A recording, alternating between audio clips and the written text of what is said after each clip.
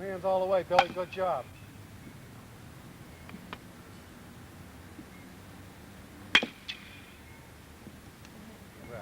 Okay, next guy, hustle in. I want to go quickly here.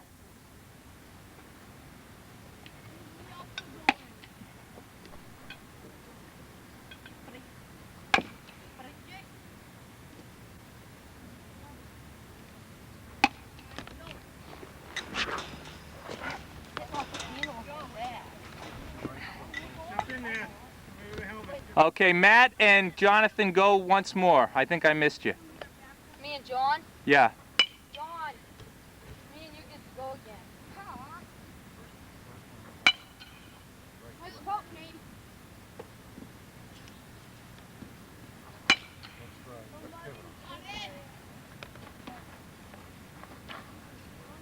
You didn't get me, right? Off here. All right, nice wrap, Bronx. Oh.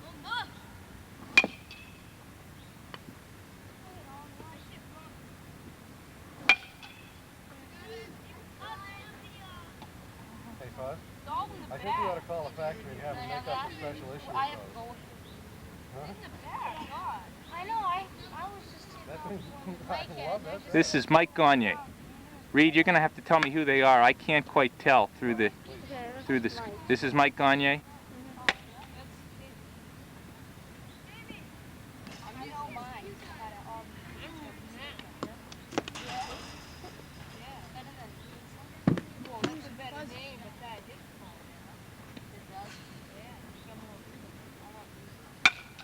Nice rip. Okay, next guy, hustle in. Mr. Marshall. John. Okay, Woodbury. Go ahead. Oh, give him a bill.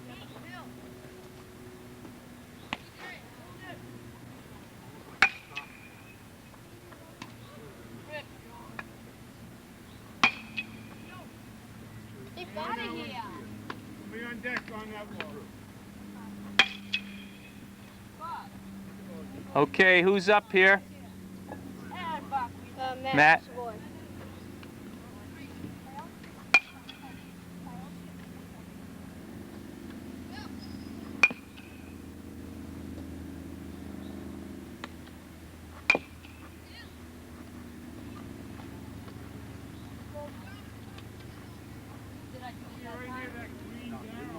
Who do we have here?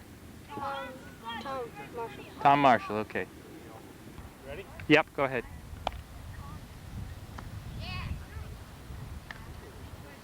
Look good, Soup, look good. You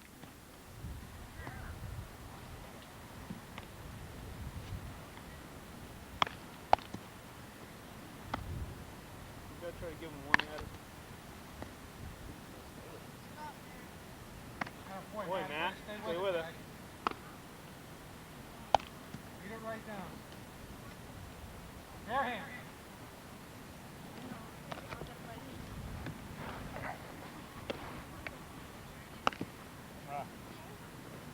Another one, Matt.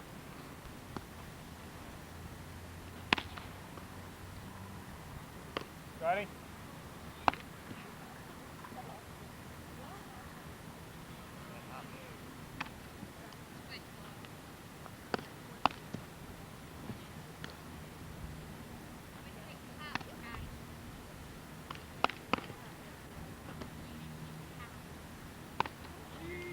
Bounce, Scotty. Come on, Jamie.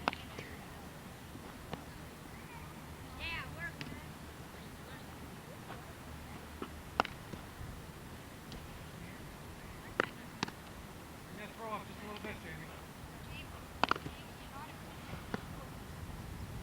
Supposed to be out there to stretch. Huh? Supposed to be out there to stretch. Is this a monster? Is this Reed here? I can't tell. Yeah. Reed. Okay, Reed. Nate, go get that, would you, please?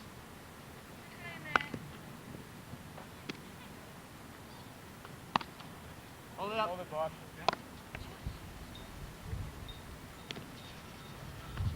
Ready, Nate? Fire, Nate.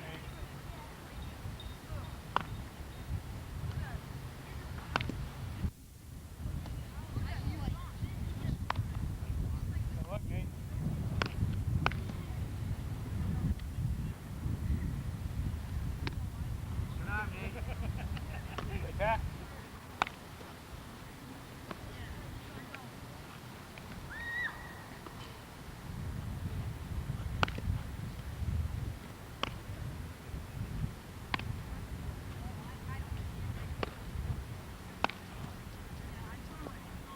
Stay with it. Here, here, here.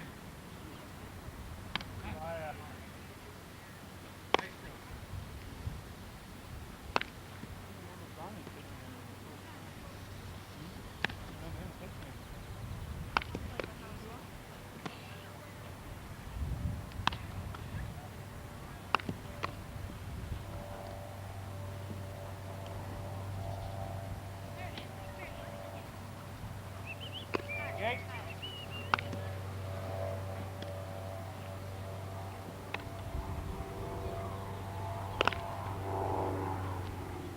Stay with it.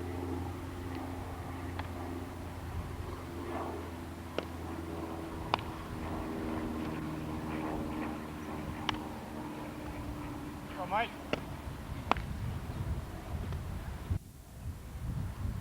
Throw. Got it.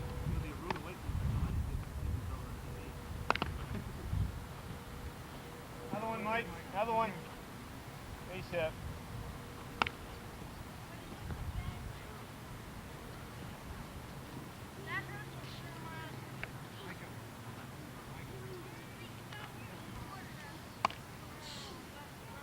Oh, 6 more. Okay, who's... John Munson. Good throw now, Mike. Boy.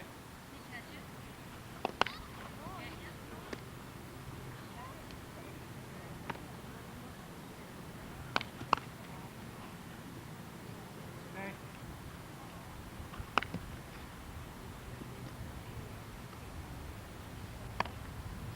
One, two. Who's up? Boy. Look good, Matt. Look real good.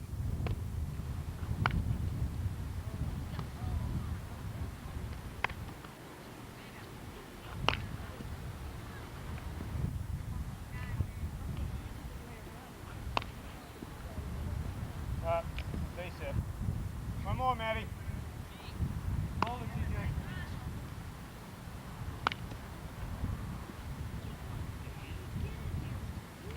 Good stop. Good stop over at first.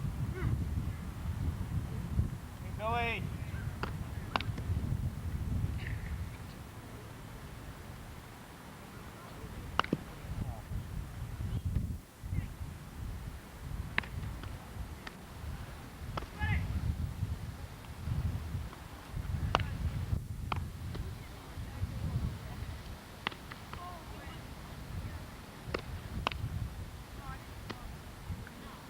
Hey, Billy, 2 hands and field it in front of you. TJ.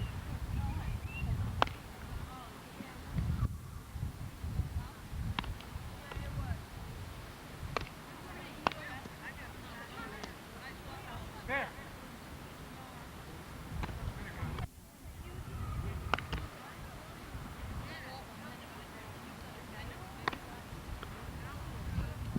Tommy.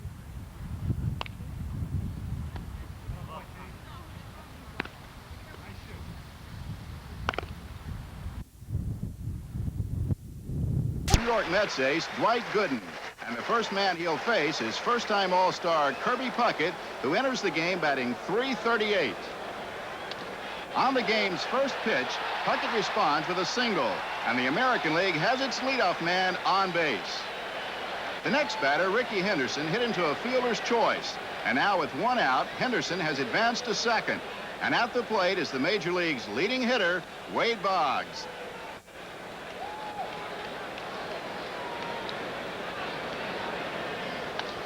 Boggs' stroke produces a fly to the left field corner, but Tony Gwynn is there, and soon the American League goes quietly in the inning, stranding a runner. On the mound in the bottom of the first is Roger Clemens, who's making a homecoming. Ever since I've been in Houston since I was 9, going and watching the Astros play. Go down to the Astrodome, and it's the 8th wonder of the world. It's huge. It's It's always a dream to pitch in there if you're, from a kid from that area, that it's your major league team, and you always dream about growing up and playing there. Find yourself in the All-Star game and starting. It seemed like I'd already been there once before. I was very much relaxed.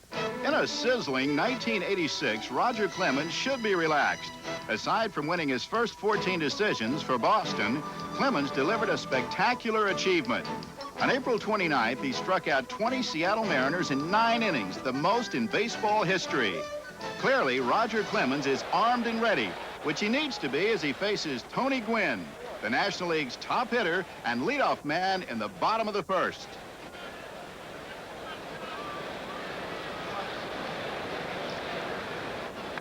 Left fielder Ricky Henderson makes the play, and there's one away.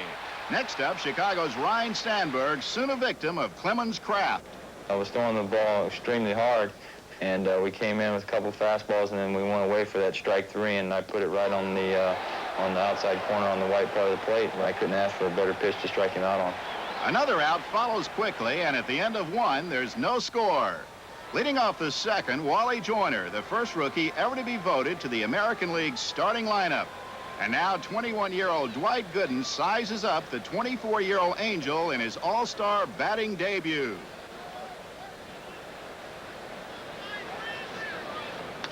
The Wizard of Oz, Ozzie Smith, gets back easily, and there's one away. Later, with 2 outs, Dave Winfield bats in his 10th consecutive all-star appearance. Darryl Strawberry plays the hop as Winfield sails easily into second with a double. That sends to the plate Tigers second baseman Lou Whitaker, the 8th man in the lineup. With first base open and the pitcher due up next, some fans wonder if Whitaker will receive an intentional pass, but Gooden goes right at him.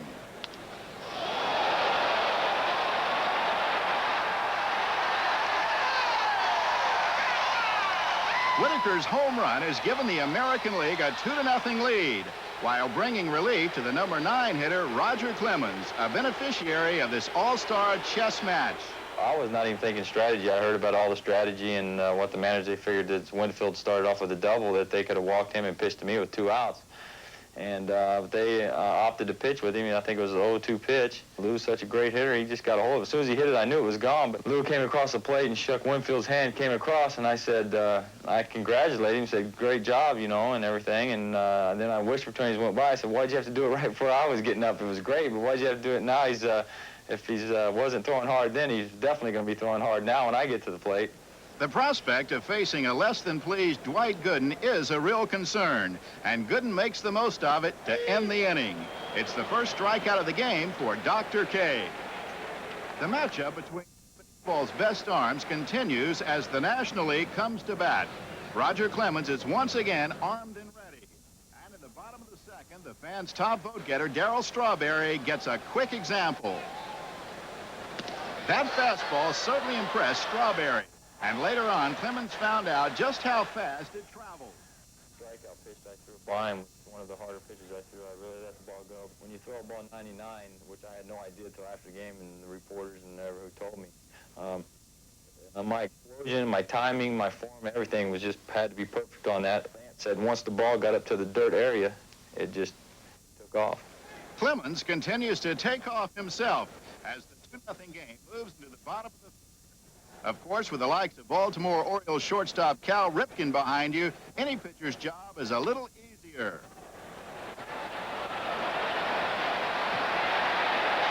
Also in the third, the hometown Houston fans get a chance to cheer for Kevin Bass in his first All-Star appearance as he pinch hits for Gooden.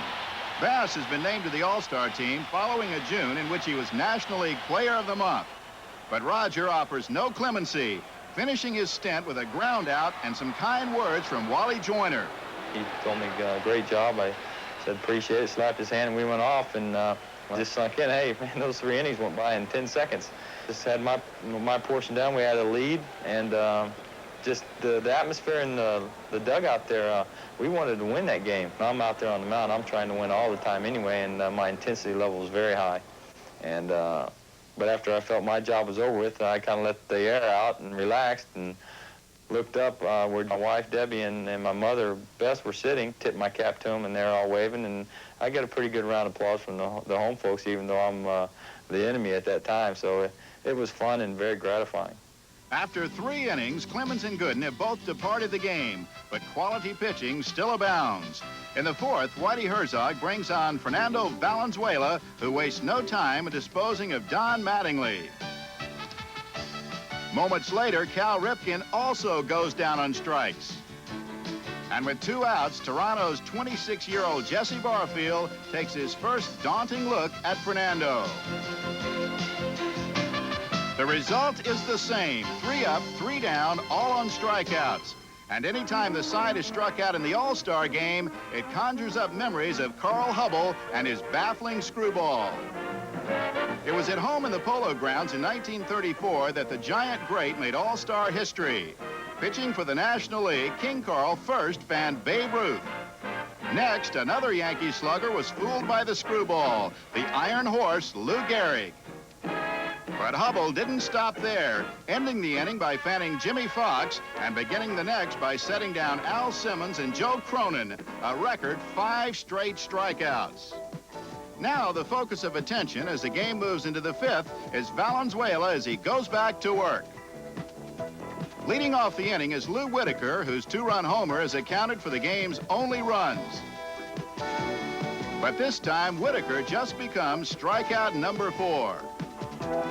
Next up, American League pitcher Teddy Higuera, who, like Valenzuela, is a native of Mexico. But of course, that's of little consequence as Valenzuela makes quick work of his compatriot and ties the record.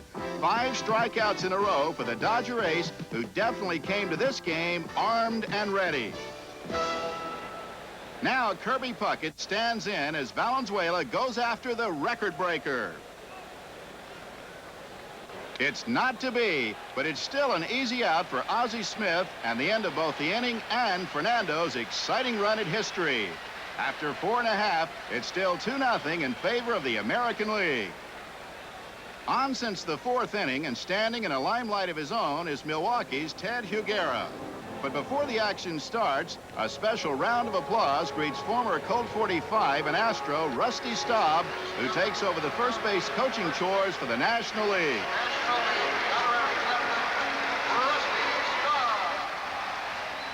Clearly, Rusty is well remembered in Houston. With 1 out in the 5th, up again is Darryl Strawberry, who smacked a shot off the right field speaker in a home run hitting contest the day before. And now Strawberry would like nothing more than to duplicate that feat. But Darryl will have to settle for this single, which is the first for the National League after a record 13 in a row were retired by American League pitching since the start of the game. Next, 10-time All-Star Mike Schmidt stands in. As every Philly fan knows, Schmidt has been a league leader in home runs 7 times, a fact not lost on Higuera, who pitches carefully and walks him. Following a Dale Murphy flyout, the runners are still at first and second as a pinch hitter is sent to the plate. Hubie Brooks of Montreal, who's batting .333 with 14 home runs and 54 RBIs at the break. Now with 2 outs, Higuera doesn't want to make a mistake. And for Higuera, it's mission accomplished. An effort much appreciated by teammate Roger Clemens. When he went out there, you could see it in his eyes that his intensity was there, and he was going to go out there and not let this game get away. And then when he came up, he was just like jumping around high. He was walking on water, just like I was when I came out. And we hugged, and I gave him a little hand slap, said, "Good job." So at that one time during the All-Star game, these enemies that are your enemies for the rest of the the season become as a friend because you're trying to beat those guys over there in the other dugout. That competitive spirit is shared by both sides, which is evident as Mike Scott of Houston takes the mound in the 7th with the score still 2-0. An obvious hometown favorite, Scott is the league leader in strikeouts, and he's very much ready to put his talents on display. First, Cal Ripken goes down swinging. Next, Toronto's free-swinging Jesse Barfield is also made a victim. Mike Scott's split-fingered fastball is right at home in the Astrodome, unquestionably a pitcher's park. But the next batter, Frank White, has taken on many different environments throughout his 14-year career. A long drive up the alley in left center, and it's gone! A home run! The second of the evening for the American League, both delivered by second baseman. White's homer gives the American League a 3-0 advantage, and that's the way the score stands through 7 full innings. In the 8th, left-handed pitcher Sid Fernandez, one of 5 New York Mets on the National League squad, is in trouble. 2 walks have put Minnesota's Kirby Puckett at second base and Toronto's Lloyd Moseby at first with nobody out. Next up, Cleveland's Brooke Jacoby, who gets encouragement from his manager, Pat Corrales, coaching first. Nevertheless, Fernandez bears down and Jacoby goes down swinging.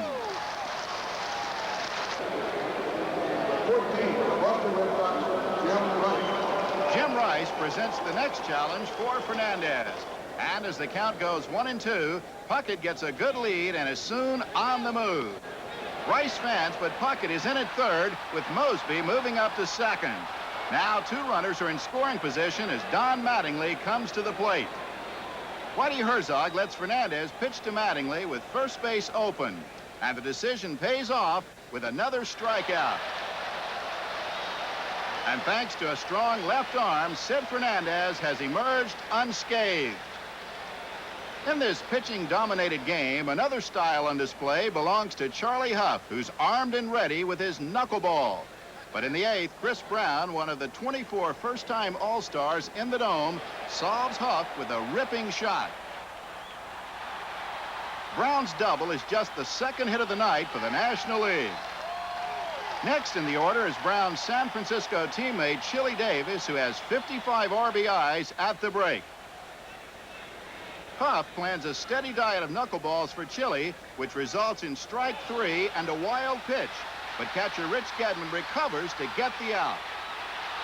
As Brown moves to third, the predominantly National League crowd displays its difference of opinion regarding the call at first. But the replay shows that Gedman's hustle helps get the out with a quick throw and a fine scoop by Mattingly combining to get the runner. Now with a man on third and 1 out, Hubie Brooks is the batter, and he's looking to bring home a run. Yet with an 0-2 count, the knuckleball is once again elusive to the batter and the catcher. Brown's safe, and taking it any way they can, the National Leaguers have their first run of the game. Charlie Huff's seen it all before, but Red Sox catcher Rich Gedman hasn't, at least not in Boston. We've not had a knuckleball in Boston in I don't know how many years, and I don't even think Richie's ever caught a knuckleball pitcher before. And needless to say, Charlie Huff's knuckleball was dancing at its best that night, and I just really felt for Richie. On-the-job training and handling the knuckleball continues for Gedman as the inning progresses. Soon, with Brooks on second and 2 out, at the plate is Los Angeles Dodgers' Steve Sax. A single from Sax has the crowd rising, and Brooks scampering all the way around with another run. Now the American League's lead is just 3-2.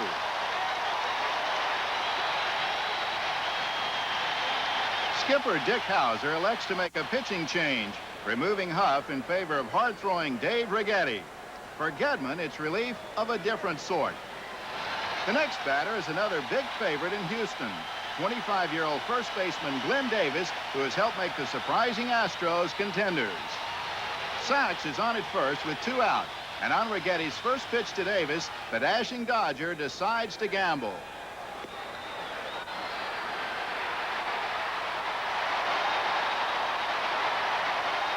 Sax is now in scoring position, and the bottom of the 8th tension is evident as the National League seeks the tying run.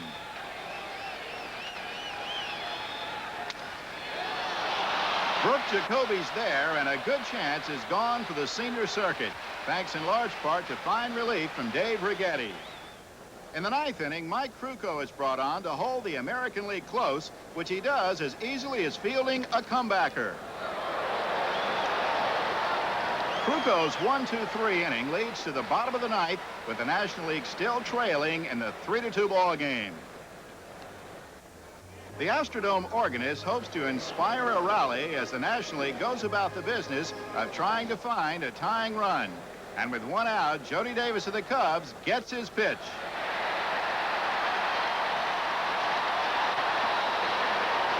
Davis did his job, and now looking for a little extra speed, manager Herzog sends in Tony Pena of the Pirates to pinch run. Up next is Dave Parker, who's come through in the clutch many times in 5 past All-Star appearances.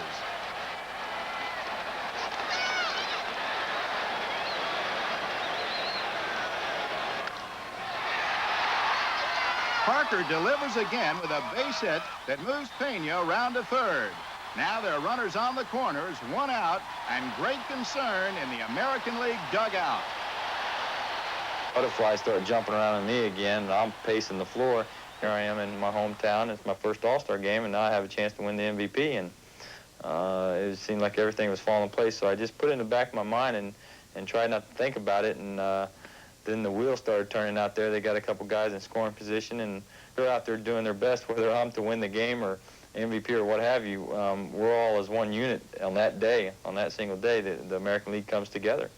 And we were out there to win that game.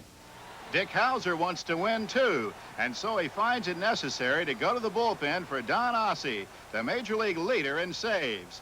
He'll face Chris Brown, whose .338 average is second best in the National League. Ossie knows that even a fly ball to the outfield could tie a game which is very definitely on the line. Runners at third and first, one out, and as Chris Brown well knows, an excellent opportunity for the National League.